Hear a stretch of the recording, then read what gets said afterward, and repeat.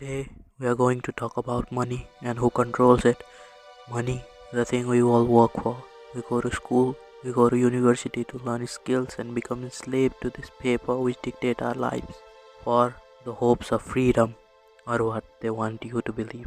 Money is a religion in the modern era and banks control them, not government, but the big institute, the central bank. They print money out of thin air which you work your whole life for. In 1694, when England had gone through 50 years of war for the solution, they came up with a brilliant idea. What was the idea? William Patterson proposed the idea of privately owned bank that could control money and print money out of thin air and lend it to the government, result in the creation of the first central bank, Bank of England. Central banks are the most powerful entity, powerful than any other entity in the world, stronger than government and holds power for world and controlling lives. In early 2000s, group of men wanted to establish central bank in the USA. In December of 1910, Senator Nelson Adelson with 8 members created the federal system, made and passed with the richest and the most powerful men on earth. Richers were worth the world one-fourth. The purpose of the banks were to stabilize economy and control money in paper. The central bank ways were crooked. They helped to create inequality. Rich would get richer and become gods of the world as they controlled finance, where Europe was a prime example of it. The billionaire drafted the bill in the name of the Federal Act and began preaching bad things about it.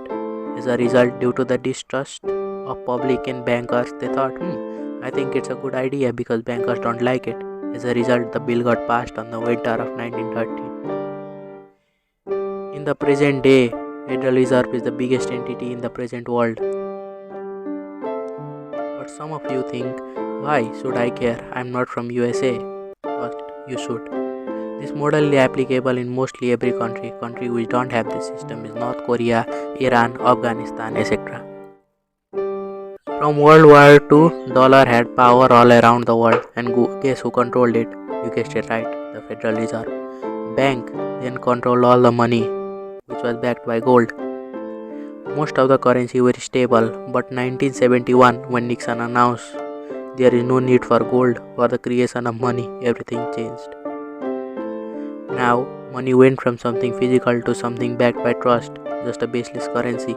Now, everything is backed by dollar and US controls it. Federal Reserve now became the biggest entity. Now they became the god. The strength of a nation's currency is based on the strength of that nation's economy. And the American economy is by far the strongest in the world. Accordingly, I have directed the Secretary of the Treasury to take the action necessary to defend the dollar against the speculators. I have directed Secretary Connally to suspend temporarily the convertibility of the dollar into gold or other reserve assets, except in amounts and conditions determined to be in the interest of monetary stability and in the best interest of the United States. Now, what is this action, which is very technical, what does it mean for you? Let me lay to rest the bugaboo of what is called devaluation.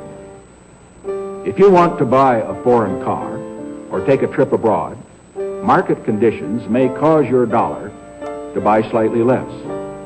But if you are among the overwhelming majority of Americans who buy American-made products in America, your dollar will be worth just as much tomorrow as it is today. The effect of this action, in other words, will be to stabilize the dollar.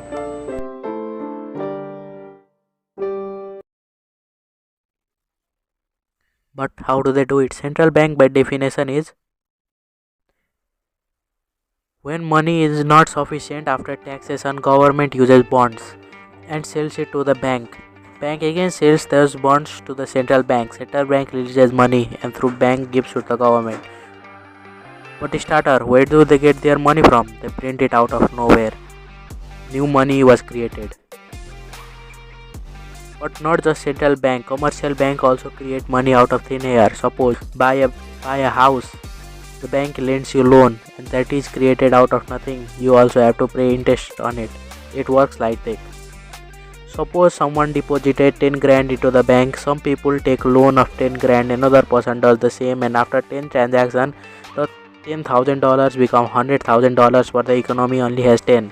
If all people lose their interests and withdraw their money from the bank, the system will collapse. But nearly have enough money to support all its people's money. Now what happened here? New money was created. $90,000 was created out of nothing. In the modern era, it means after typing some digits, you work to pay those bills for your entire life.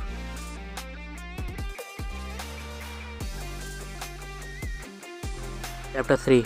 Why do I care? Should you care? Yes, there are consequences to the system. There are consequences from printing money out of thin air. Inflation rises and money are worth less and less. Like California, for example. The average house costed 50 grand and a car costed 20. Now it's 600 to $1 million. Like in 2008, due to the crazy lending of the money, the economy collapsed. The world came into one of the biggest recessions it has ever seen. Millions lost their jobs and trillions were lost.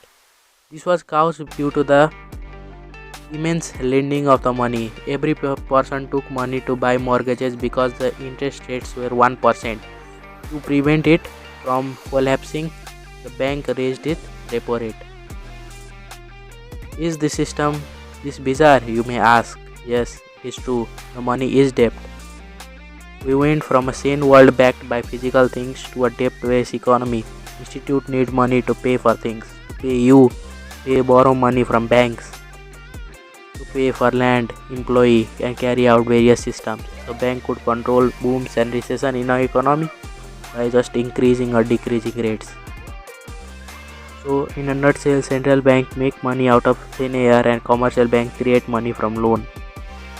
Various people like Lincoln tried to put government interference into this system, but what happened to it, we all know. People like Napoleon tried it too, to control the central bank, and was thrown into war. Now you understand the truth about money, which you hold so dear, working hours and your whole lives for this. In reality, it does not exist. Money doesn't really exist. People have monopoly over this system, so get out of the system. Thank you for watching.